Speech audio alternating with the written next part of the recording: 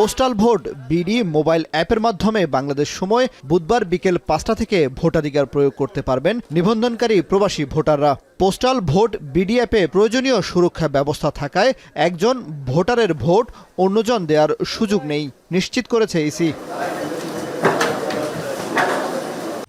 আপনাকেই বলছি, ইন্স্যুরেন্স করলে সিটিতে সুরক্ষা পাবেন নিশ্চিত। ২৫ জানুয়ারির মধ্যে ডাকবক্সে হলুদ খাম জমা দিতে হবে। তবে এখনও অনেক দেশে প্রবাসীদের হাতে ব্যালট পেপার পৌঁছায়নি। কিছু দেশের প্রবাসীরা টাকা দিয়েও সংগ্রহ করছেন ব্যালট পেপার। সব তথ্য সঠিকভাবে দেওয়ার পরেও অনেক প্রবাসীরা এই সঠিক সময়ের মধ্যে পোস্টাল ব্যালট পাচ্ছেন না। সংযুক্ত আরব আমিরাতে প্রত্যেকজন ভোটারের ব্যালট পেপার সংগ্রহ করতে 30 দিরহামের মতো খরচ হচ্ছে। নির্বাচনে ভোট দিতে একই খামে ব্যালট পেপার, গণভোটের পোস্টাল ব্যালট ও নির্দেশিকা যাচ্ছে প্রবাসীদের কাছে। হ্যাঁ না ভোট নিয়েও কিছু প্রোপাগান্ডা চলতেছে। সর্বসম্মতি করেন যে বিষয়গুলোর উপরে একমত হয়েছেন সেই বিষয়গুলোর উপরেই আমরা হ্যাঁ ভোট দিতেছি।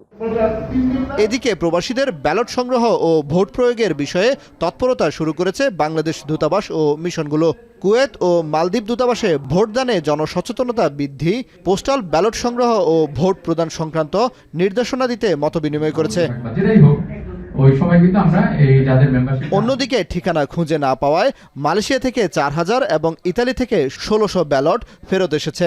তবে সর্বশেষ কতজন প্রবাসী ব্যালট পেপার সংগ্রহ করেছেন এই তথ্য জানায়নি ইসি। কামরুল হাসান জনি, এখন, ঢাকা।